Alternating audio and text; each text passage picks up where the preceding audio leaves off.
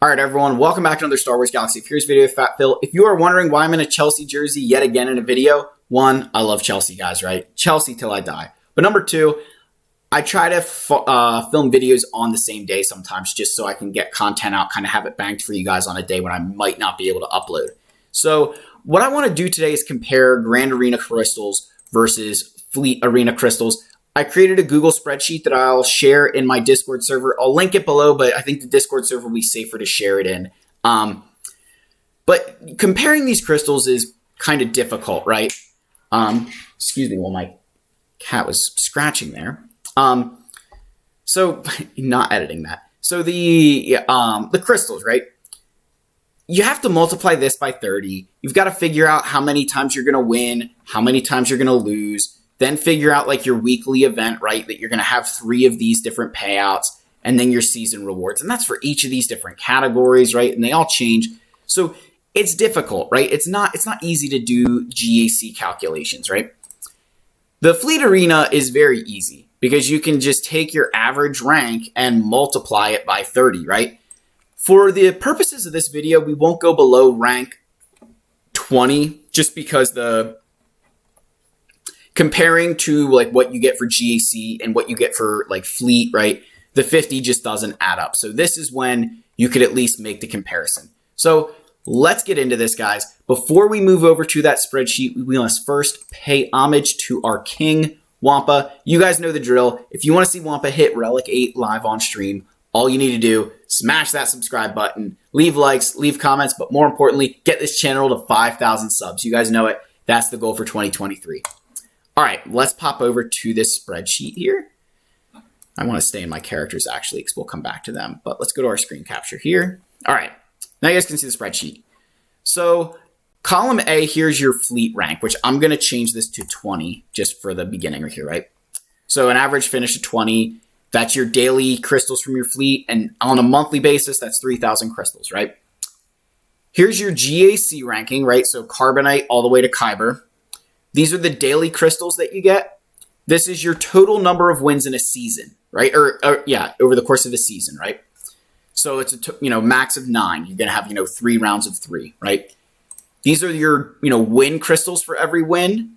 These are your loss crystals for every single loss.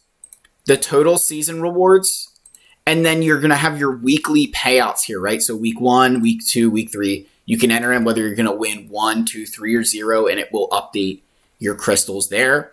And then column R is your monthly total, right? It's going to add up all of these different things. It's going to make sure that the math is correct.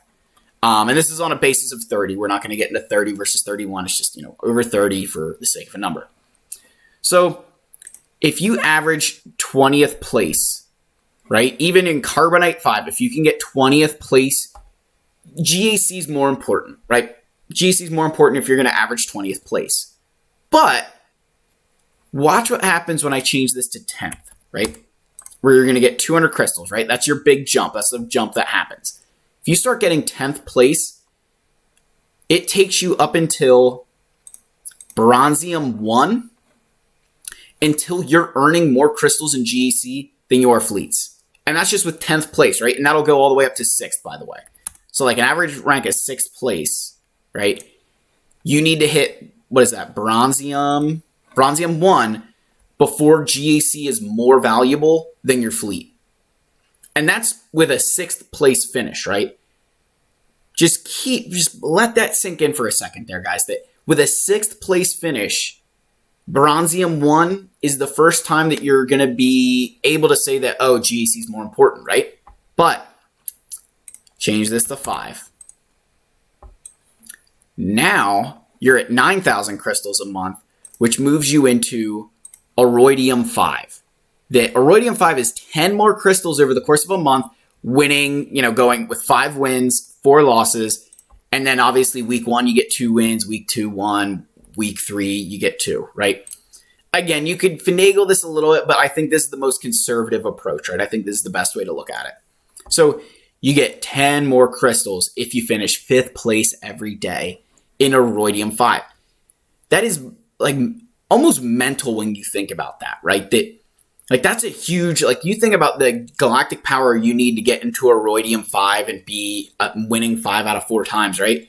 It's pretty significant, right? And by that point, maybe you're getting third, just for the sake of a number, because I can change it. So now you're going to get 10,500, which moves you into Iridium 2, being the first time that you'll be able to say that GAC is worth more than your fleet, right? So you guys are starting to see a pattern here, right? That all of a sudden fleets start seeming really important because when I change this to first, 400 crystals a day, 12,000 a month, you need to hit Kyber 5. Once you hit Kyber 5 and you win 5 out of your 9 GACs, right? That's the first time you earn more crystals in GAC than you do your fleet. So fleet is 100 times more important. I hope you guys are seeing that, right? Because a lot of you guys I know are probably in this chromium and iridium range where, the video I recently put out, because this came out because of the whole like Star Killer Afra, and I was like, GAC is not more important than fleets. Obviously, to somebody like me, I can make that case that, I'm going to get 15,000 crystals compared to 12 in my fleet. But I'm also at the point where, you've got to keep in mind that I've built fleets that help my GAC as well, right? That building an Omicron doesn't help my fleet arena, but building a good fleet will help my GACs, right? So I want to give this to you guys. I'm going to make sure I share this in the Discord. This is just such an important thing to understand, is that I understand that you think first place seems so insurmountable, but once you get an executor, and you can get executor fairly early, right? I mean, fleets is going to open up so many doors for you, right? So I want to switch back to the game because I want to show you guys an example here of how crystals start adding up and how those additional crystals help you.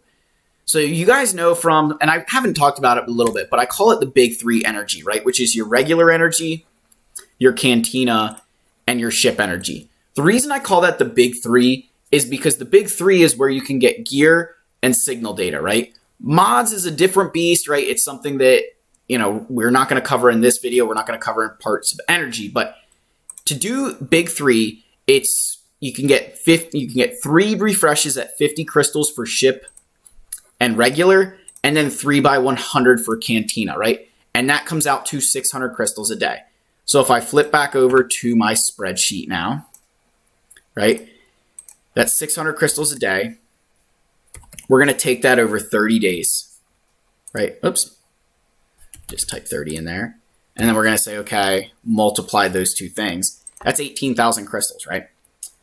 So if I get 12,000 crystals from, my fleet arena every day for getting first place, I can be languishing in Bronzium 1, and just between GAC and fleets, I can afford all of my energy refreshes and have crystals left over from territory battles, from like random events that pop up, right? Your daily objectives, right? All that stuff. Those are going to be bonus crystals just sitting in your account.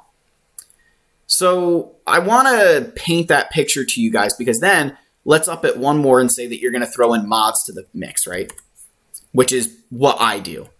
So now with mods, you go up to 22,500. Holy moly, my cats are bonkers right now. I don't know if you heard that.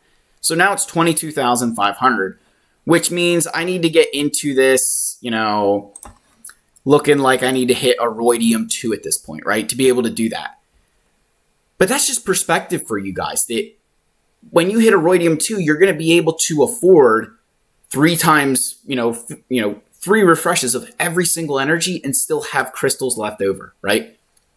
And then the other way I'll show is maybe you only want to spend 450 crystals a day between cantina, regular, and fleets, right? So that's 30 a day. We'll do the math here. 13,500. If you get first place in fleets, you could literally be in Carbonite 5 and still make that, right? Like that is really, really good to know that you'll have plenty left over, right? So you could now up that to say, 500 a day over 30. And now, you're still safe. So I want to give this to you guys because I think it's so important to understand how crystals play a role, but that fleet is your most consistent, most important thing in the game. Obviously, as you hit that late game, end game, right, and you're starting to hit these Kyber levels, GAC becomes more important for your crystal income. But getting fleets early, now I'm not saying that when you're in Carbonite, right, that you're going to be getting first place, right? You're probably going to be crossing that threshold somewhere in here, right? But that's why we tell everybody to invest in fleets so early, is that even if you can get 10th place a day, right, early on for a while, just get 10th place, I mean, you still have up until this Bronzium level before you need to worry, guys. So again, I wanted to just give you this information. I think it's an important thing. I've seen it covered in the past. I haven't seen it recently, and I did want to make this as a response to what I saw in my YouTube comments where there was just, I don't want to say ignorance, right? I think some of it is just not quite understanding that, like, the reason everybody loves GAC is because it's the most fun, but Fleet Arena, guys, so much more important. We're going to flip back over to the game. I just want to end it on that, guys.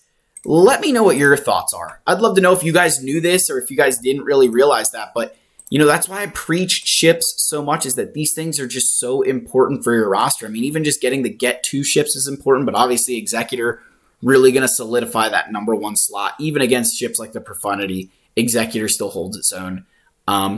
That's why obviously, you guys will see the updated farming guide. We're going to be pushing the Executor up a little bit because we want to get those ships, we want to get those fleets up and running.